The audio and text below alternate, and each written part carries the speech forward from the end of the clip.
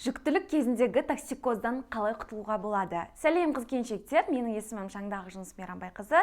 Мен акушер-гинеколог, косметолог дәрігермін. Біз бүгінгі тақырыпта жалпы осы токсикоздан қалай құтылуға болады, қалай тамақтану қажет, қандай добавкалар ішкен дұрыс, және де қандай дәрілік препараттар ішуге болады, соның барлығын толықтай талқылайтын боламыз. Сондықтан осы видеоны соңына дейін тыңдаңыздар.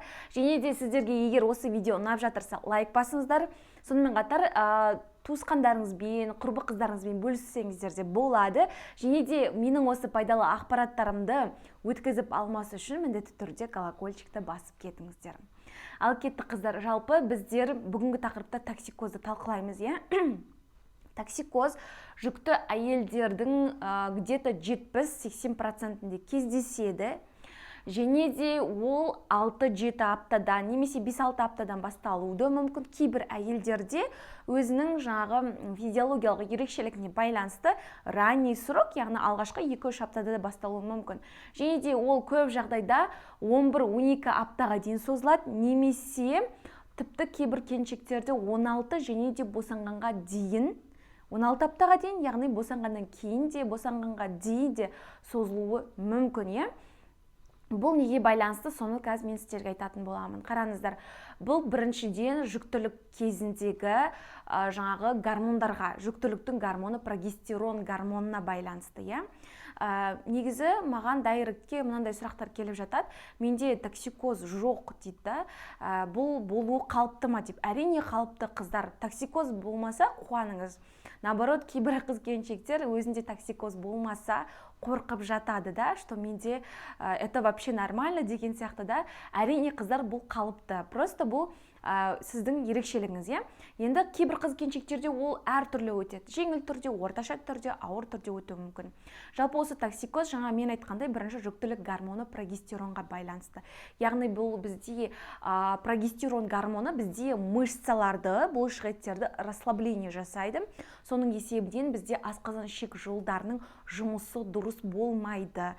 Мысалы, бізде ішектердің қимылдауы, яғни перистальтикасы өзгереді. Сонымен қатар, мына асқазан ішек жолдарындағы өңештің тоже, мысалы, бізге асты жейміз, иә? Тамақта асты жеп, шайнап болғаннан кейін ол өңеш арқылы асқазанға түседі, иә? Өңеш пен асқазанның арасында сфинктер болады. Егер де осы асқазан ішек жолдарындағы өңеш дұрыс жұмыс жасамаса, сфинктер дұрыс жұмыс жасамайтын болса, яғни ол, мысалы, мышцалардың негізгі қызметін жаңағы расслабление ғой, сол расслабление за счет прогестерона дұрыс жұмыс жасамайды, яғни прогестерон осы жаңағы бұлшықеттердің жаңағы жиырылғыштық қасиетін төмендетіп жібереді. Соның есебінен біздің ішкен жеген тағамымыз кері қарай лақтырылуы мүмкін, иә? Содан құсу болады, токсикоз болады. Сонымен қатар екінші тағы бір себептерінің бірі бұл бізде жүкті әйелдер жүктілікке дейін өзінде әртүрлі хроническое заболеваниялар болады. Асқазан ішек жолдарының бұл жаңағы өттегі проблемалар, иә? Холестаз, сонымен қатар жаңағындай панкреатит, хронический панкреатит, хронический холецистит, хронический гастрит болатын болса, соның барлығын егер сіздер жүктілікті жоспарлап жүрген қыздарға қатысты, егер сіз пландайтын болсаңыз, міндетті түрде алдын ала емделгендеріңіз дұрыс. Себебі, егер сізде осындай аурулар болатын болса, олардың барлығы жүктілік кезінде асқынумен өтеді. Даже токсикоздың ауыр түріне де әкелуі мүмкін, иә? Енді қараңыздар, жалпы токсикоз бұл бізде әртүрлі дәрежеде өтеді. Бірінші, жеңіл дәрежеде, ол күніне примерно 5-6 рет құсуы мүмкін, иә? Екінші дәрежесі бұл бізде примерно 8-9-10 ретке дейін құсуы мүмкін. Ауыр дәрежесінде 10 реттен өте көп құсуы мүмкін. Ол кезде әйелде, жүкті әйелде истощение болады, су электролиттік балансы бұзылады. Бұл жерде өте қауіпті. Сондықтан біз ауыр дәрежелерінде көп жағдайда жүкті әйелді ауруханаға жатқызамыз, чтобы өзіндегі водно-электролитный балансты қалыпқа келтіру керек. Өйткені әйелде истощение болса, жүкті әйелде угроза болуы мүмкін, бала түсіп қалуы мүмкін деген сияқты осындай қауіпті жағдайларға әкелуі мүмкін, иә? Кейбір жағдайларда біздер жүктілікті үзуге тура келетін жағдайларда болады. Себебі өзімнің практикамда өте ауыр дәрежеде әйелдің есінен тануына дейін әкелетін жағдайларға әкелген токсикоз жағдайларға болған болатын. Енді бұл әйелдің өзінің басқа да қосымша ауруларына байланысты, иә? қаншалықты дәрежеде өтетіндігі. Енді қараңыздар, біз не істей аламыз алғашқы уақытта, егер сізде жеңіл түрде, жеңіл дәрежеде күніне 5-6 рет қана құсатын болсаңыз, бұл жерде ең алғаш біз көбінесе үлкен, аса жаңағыдай прям серьезный деп айтайыншы, дәрілік препараттарға көшпейміз. Ең алдымен жаңағыдай как бы растительный, сонымен қатар шөптен жасалған дәрілерге немесе тамақтанудан бастаймыз. Ең алғаш тамақтануыңыз сізде, мысалы бұрынғы уақыттарда сіз күніне 3 рет тамақтанатын болсаңыз, бұл жерде сіздер күніне 5-6 рет тамақтанғаныңыз дұрысырақ, және де тамақтану арасы тез-тезден болу керек, және де тамақтанудың көлемі аз мөлшерде болу керек. Сонымен қатар сіз егер қарныңыз ашса, бірден тамақ жеуге тырысыңыз, жеңіл перекустар, крекері, сухарики жеуге болады, банан, например, яғни жеңіл түрде, жеңіл дәрежеде болу керек, және аз-аздан болу керек, Сонымен қатар судың мөлшері көп болу керек. Барынша суды көбірек ішуге тырысыңыз, күніне 2 литрдей, 1,5-2 литрдей, және де қарныңыз ашқан бойда бірден жеңіз. Сонымен қатар мятный нәрселерді қолдануға болады, яғни мятный конфеты, мятный жаңа өзіңіздің суыңызға мята қосуға болады, чайыңызға мята қосуға болады. Сонымен қатар жақсы көмектесетін бұл бізде имбир, имбирный чай, имбирный конфеты, соруға болады. Сонымен қатар имбирден чай демдеп ішуге де болады, сол тоже жақсы көмектеседі, жақсы басады. Сонымен қатар енді жалпы дәрілік препараттарға көшетін болсақ, бұл жерде егер сізде орташа дәрежеде болатын болса, мысалы күніне 7-8 рет, 10 рет кейден құсатын болсаңыз, бұл жерде сізге противорвотный, яғни құсуға қарсы дәрілік препараттар біздер қолдануымызға тура келеді. Оны көп жағдайда дәрігер тағайындайды, бірақ та сізге дәрігер тағайындайды, ол қандай дәрілер болуы мүмкін? Ол көбінесе цирулин немесе цирукал деген сияқты дәрілік препараттар жамбасқа салынады. Күніне 1 реттен және де 5 күн салсаңыздар, сізде аппетитіңіз ашылады. Себебі күніне 6-7 рет құсып жатырған әйелдің ешқандай да тамақ жеуге құлқы болмауы мүмкін, ішкен жегеннің бәрін құса беруі мүмкін.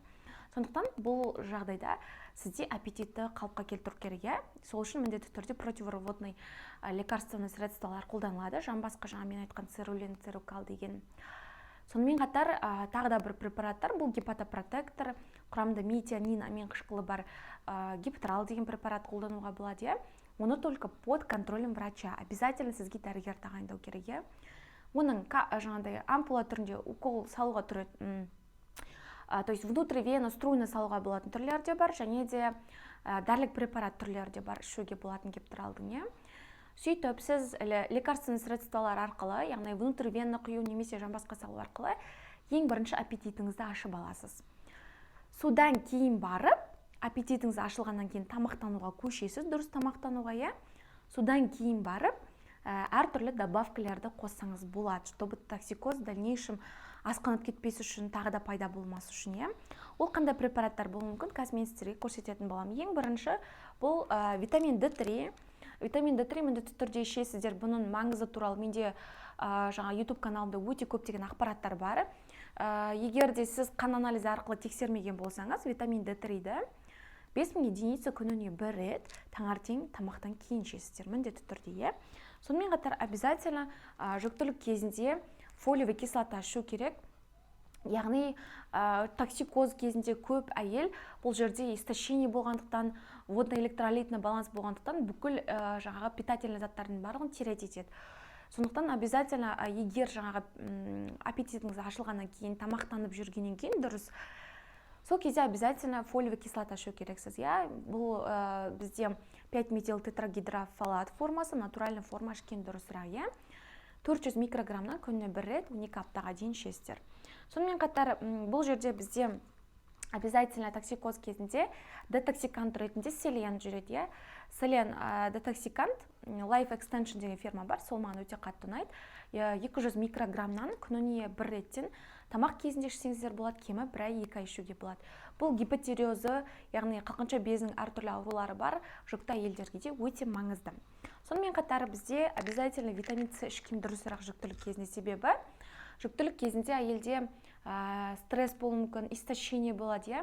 Сол кезде кортизол деңгейін қалыпты деңгейде ұстап тұру үшін міндетті түрде бізге витамин С қажет болады. Себебі витамин С, яғни витамин С болғанда қараңыздар, надпочечники деп айтамыз ғой, бүйрек үстіндегі безінде кортизол гормоны бөлінеді. Сол кортизол гормонында, яғни бүйрек үсті безі бізде витамин С-ны өте көп употреблять етеді, өте көп қолданады. Сондықтан егер кортизол жетіспейтін болса, бізде жаңағыдай детоксикация процесі жаңағы төмендейді. Сондықтан міндетті түрде витамин С керек болады. Витамин С 500 микрограммнан күніне 3 реттен ішесіздер, иә. Получается, бұл жаңағы иммунотоксикоз кезінде, егер тамақтануыңыз дұрыс болып, нормально тамақ жей алатындай деңгейге жеткен кезде ішесіздер, иә. Кейін токсикозыңыз басылғаннан кейін профилактикалық дозаға ауысасыз, яғни 500 микрограммнан күніне 1 реттен.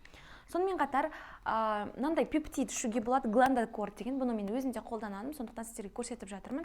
Бұл не обязательно токсикоз кезінде барлық стрессте жүрген әйелдерге болады. Себебі бұл пептид. Пептид дегеніміз бұл бізде әртүрлі органның өзінің жұмысын дұрыс атқаруына көмектесетін биорегулятор, яғни мысалы гормондарды өзінің мягко, самостоятельно түрде продуцировать етуіне, яғни бөлінуіне көмектесетін осы пептидтер. Әр органның өзінің пептидтері болады. Гландокор деген бұл бізде надпочечники, яғни бүйрек үсті безінің пептиді. Яғни бұл жерде бұл стресске төзімділікті жоғарылатады, как раз токсикоз кезіндегі. Сонымен қатар детоксикация процесін күшейтеді. Өте маңызды пептидтердің бірі болып табылады. Және де сонымен қатар әртүрлі шөптік препараттар бар қолдануға болатын, артишок, расторопша деген бар. Сонымен қатар хлорофилл қолдануға болады, және де хафитол, егер болмаса аптечный, хлорофиллді мята түріндегі түрін алуға тырысыңыздар, ахиорта бар, себебі, чтобы токсикозды басу үшін. Хлорофиллді егер алатын болсаңыздар, бір столовая ложка аласыздар да, соны суға араластырып, таңертең тамаққа дейін ішесіздер. Пока что осы қыздар сіздерге, егерде менің бүгінгі тақырыбым, бүгінгі сіздерге беріп отырған пайдалы ақпаратым сіздерге ұнаса, лайк басыңыздар, және де мені қолдау үшін, және де менің барлық ақпараттарымды өткізіп алмаш үшін менің каналыма тіркеліп кетіңіздер.